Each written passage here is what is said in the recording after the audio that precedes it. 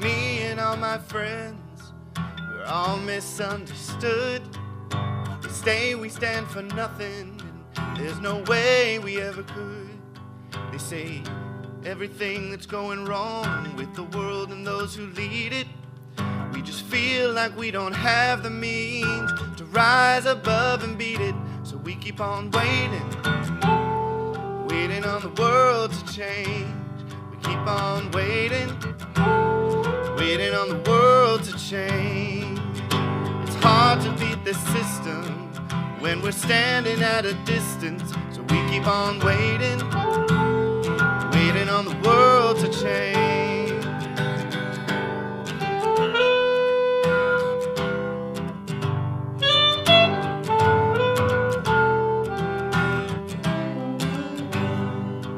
Now if we had the power to bring our neighbors home from war, they would never miss a Christmas.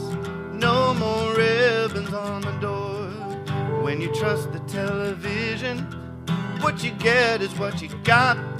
'Cause when they own the information, oh, they can bend it all they want. That's why we're waiting, waiting on the world to change. We keep on waiting, wait on the world to change. It's not that we don't care, we just know that the fight ain't fair. So we keep on waiting, waiting on the world to change. We keep on waiting, waiting on the world to change. We keep on waiting, waiting on the world to change. Waiting on the world to change. Waiting on the world to change. Waiting on the world to change. Waiting on the world to change.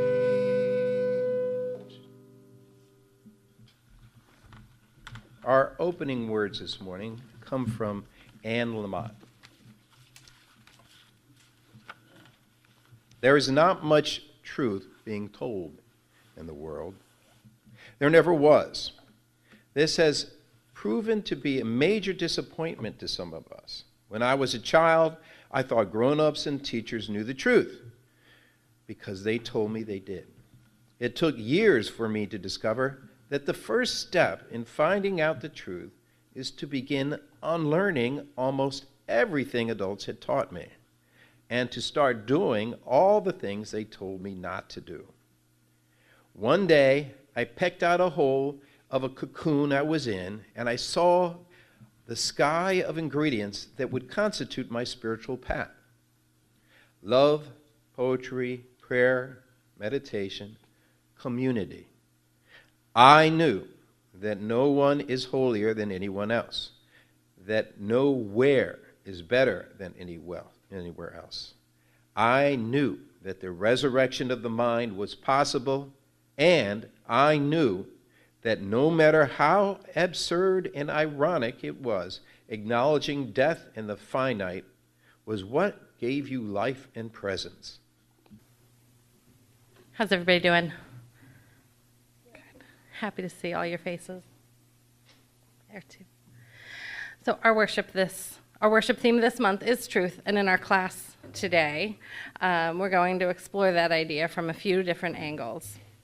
Our story today is going to help us get ready to do that work in class, and we're going to be focusing on listening to one another. So that's what this story is all about, and I'm not going to tell you the title of the story until the end, because if I tell you now, it's going to give away a surprise, and I don't want to do that. So here we go.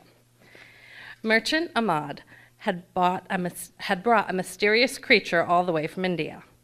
The news spread fast through the village. What could the huge beast be? The villagers ran to the merchant's barn next to his house to see this strange creature, but the doors were locked, and the merchant, tired from their journey, was sound asleep. The rowdy crowd woke the merchant. The merchant stuck their head out the window and shouted, "It's too dark in the barn to see anything. Go home and let me sleep."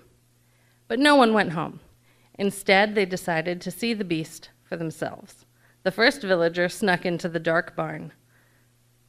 They tripped on a bucket of water and fell on the animal's long, slithery nose. This startled the villager and sent them running. Outside, the villager puffed up their chest and said, "The creature is like a snake." Next, another villager entered and reached very slowly into the dark. They wrapped their arms around one of the animal's legs, then rushed out to report. "People, the creature is not like a snake at all. Oh no, it's round and tall like a tree trunk." A third villager climbed inside the dark barn. The beast swept its huge ear against their face, and the villager ran out. "The creature is neither like a snake nor a tree trunk. It's like a fan, a huge floppy fan." The three villagers argued excitedly. Others scratched their heads and disagreed. Each offered such different views. The fight escalated, and the remaining villagers stole into the dark barn to find out the truth for themselves. "It's like a leathery jug of water. It's skinny and hairy like a paintbrush. It's definitely sharp like a plow. It sounds like a horn." All day long they called each other names and fought to prove each other wrong. Into the night no one listened, but everyone shouted and shoved. When the sun finally rose the next morning, the merchant led the beautiful, gentle creature to the river. But everyone was still too busy fighting to notice the... What do you think it is? Say it loud. Yeah, it's an elephant. Yes, everyone was still too busy to notice the large gray elephant, and no one noticed that they each knew only a small piece of the truth. And that's why it's so important we listen to one another. Let's go to class.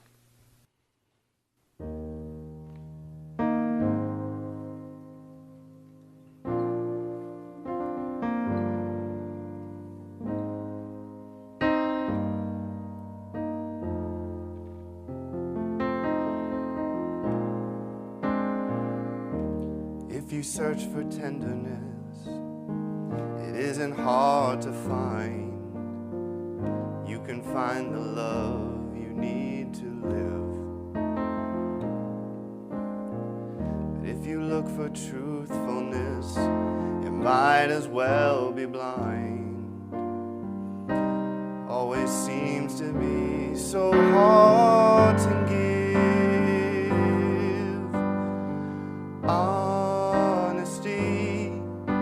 Such a lonely word.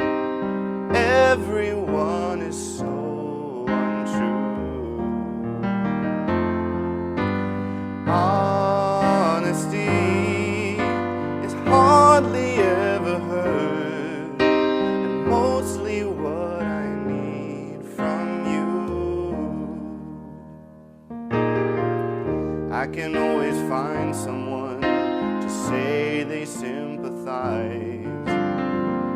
if I wear my heart out on my sleeve.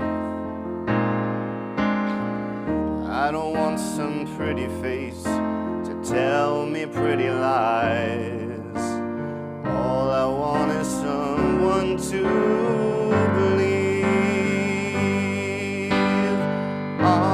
Honesty is such a lonely word. Everyone is so untrue. Honesty is hardly ever heard, and mostly what I need from you. Honesty is such a lonely word. Everyone is so untrue. Honesty is hardly ever heard, and mostly what I need from you.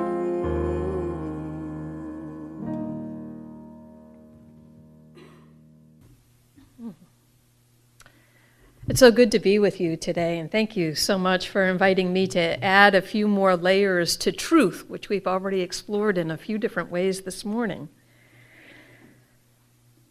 Our reading is from Victoria Safford, a Unitarian Universalist minister, and it's a poem called The Gates of Hope. Our mission is to plant ourselves at the gates of hope, not the prudent gates of optimism, which are somewhat narrower, not the stalwart, boring gates of common sense, not the strident gates of self-righteousness, which creak on shrill and angry hinges. People cannot hear us there. They cannot pass through. Nor the cheerful, flimsy garden gate of everything's gonna be all right, but a different, sometimes lonely place, the place of truth-telling about your own soul first and all, about your own soul first of all and its condition, the place of resistance and defiance, the piece of ground from which you see the world both as it is and as it could be, as it will be, the place from which you glimpse not only struggle but the joy of the struggle. And we stand there, beckoning and calling, telling people what we are seeing, asking people what they see.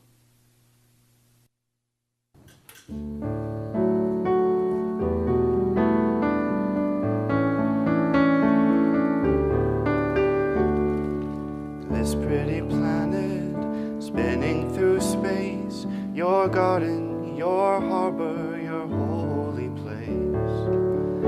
Golden sun going down, gentle blue giants spin us around, all through the night, safe till the morning light. This pretty planet spinning through space, your garden, your harbor, your holy place.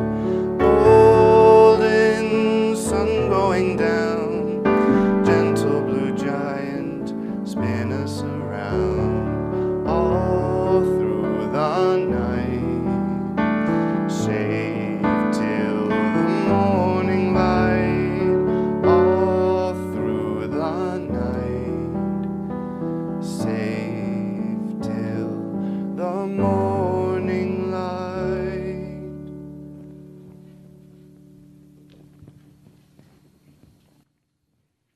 There are wolves in the walls. That's what young Lucy insists to her jam-making mother, tuba-playing father, and snarky brother, in a richly drawn, not just children's book that vacillates between scary and funny, written by Neil Gaimen and illustrated by Dave McKean. Lucy hears noises, hustling, bustling, scrambling and rustling noises, howling and yowling and bumping and thumping noises. That can mean only one thing to Lucy. There are wolves living in the walls of the family's old big house. But her parents and brother are unconvinced. It's mice, says her mother. It's rats, says her father. It's bats, says her brother, or maybe your bats, he says, in typical annoying brother fashion. But every one of them caps off their alternative explanation with the ominous, "You know what they say. If the wolves come out of the walls, it's all over." "What's all over?" asks Lucy. "Who says that?" she asks. Their replies are vague. "You know, it. Everyone knows that." Well, as the story goes on, and in a complete reversal of the classic tale of the boy who cried wolf, it turns out there are wolves in the walls, and they do come out, and it is all over. And as the family hastily retreats to their back garden, they watch their home taken over by jam-eating, tuba-playing, video gaming, people-clothes-wearing, partying wolves. Lucy's parents and brother begin scheming where they might live next. The Arctic Circle? the middle of the desert, outer space, anywhere as long as it's far, far away from wolves. But Lucy wants to live in her house. When Lucy realizes her beloved pig puppet was left behind in the house in the scramble of fleeing, she sneaks back into the house, wiggles through the walls, which are now vacated by the wolves, and retrieves her dear friend. The next day, the decamped family returns to their routines of school and work, though they continue to dream about where they're going to move.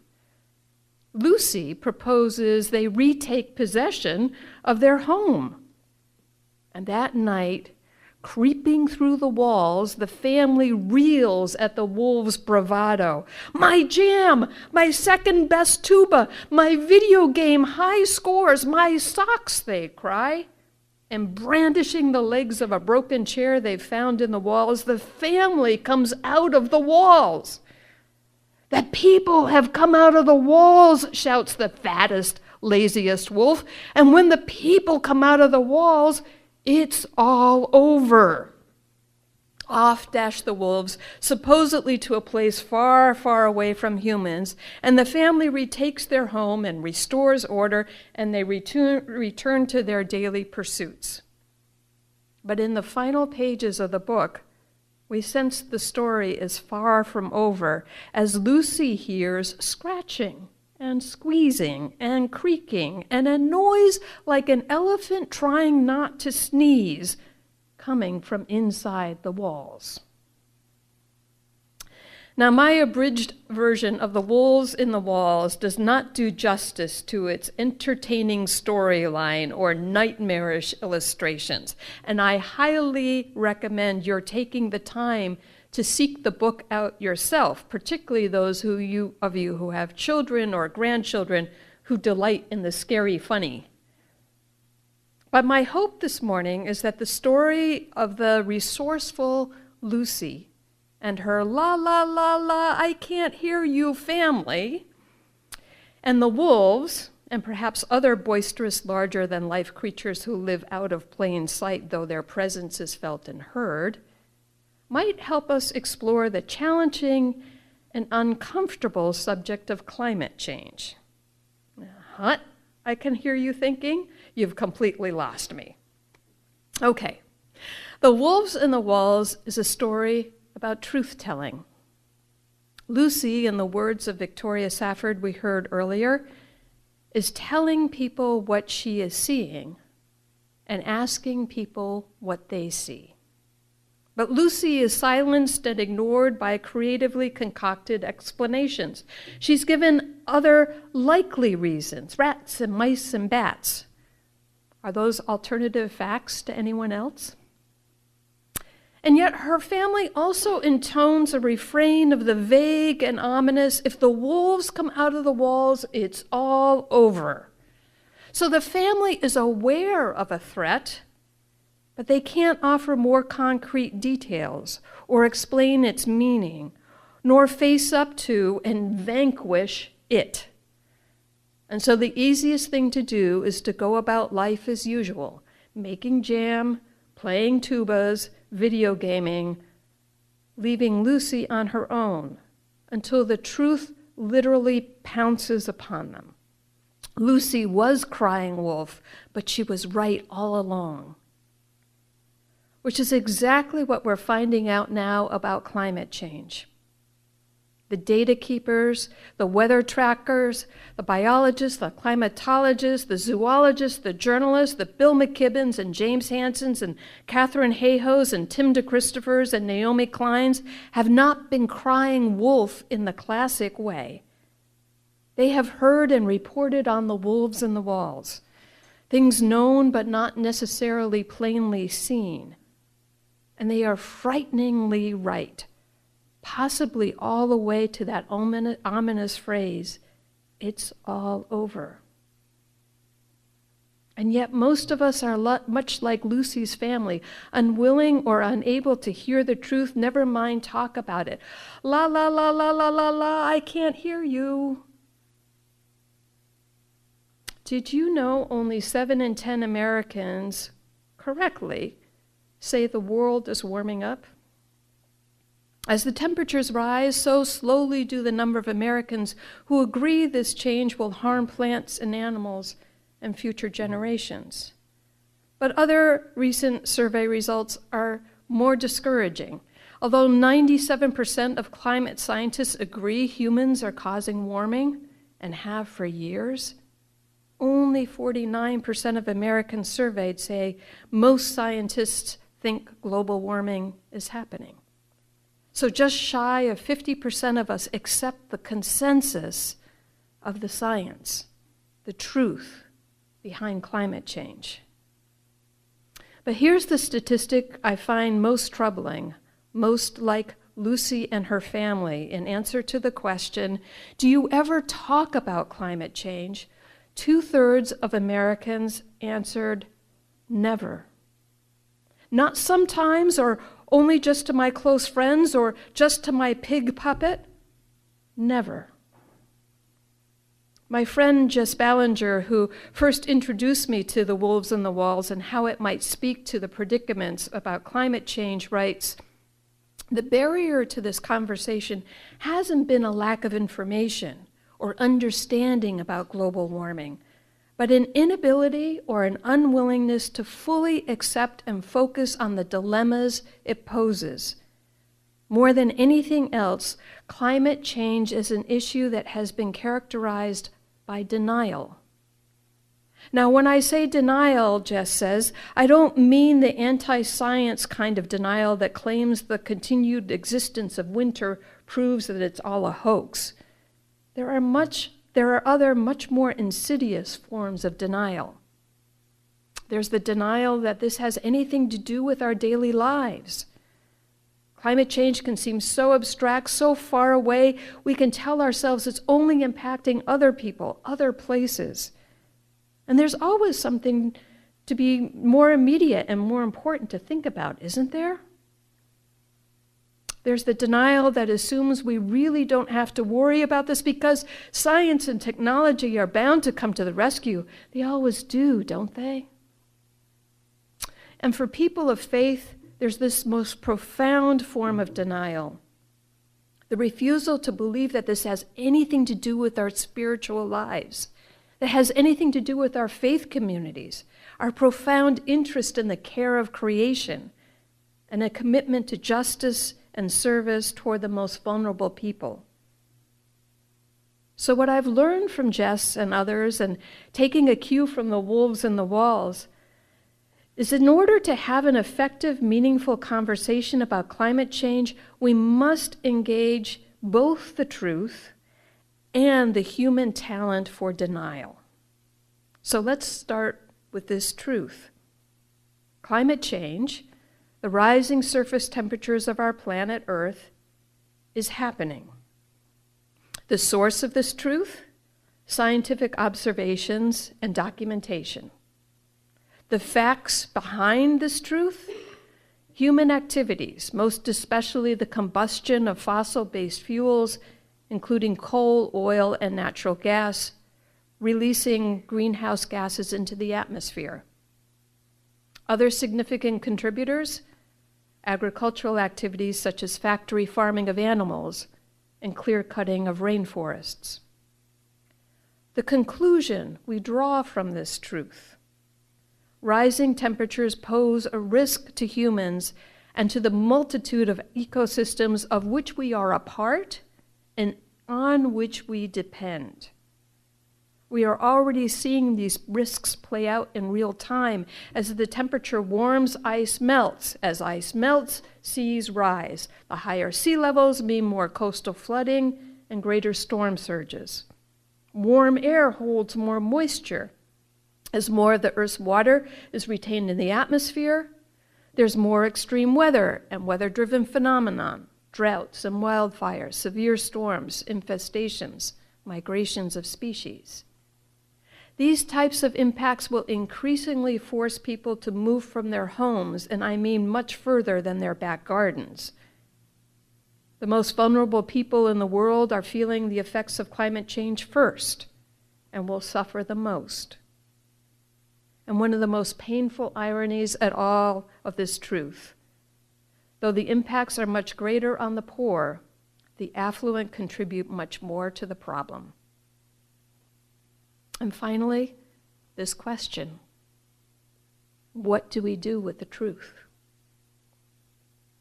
My humble suggestion: we accept it and begin working in earnest on our well-honed denials. I say denials plural because, like Lucy's rats, bats, mice explaining family, there is not just one way of denying the existence of those wolves. Every one of us crafts our own unique version. I quoted a few from my friend Jess, and there are more.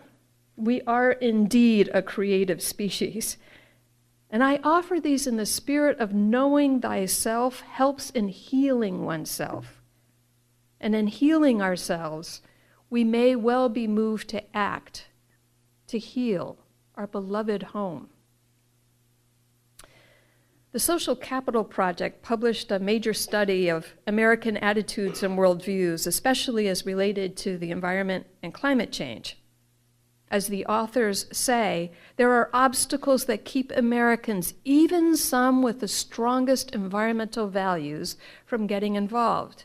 So I ask you, which of these speaks back to you as you look in the mirror? It's just too little too late.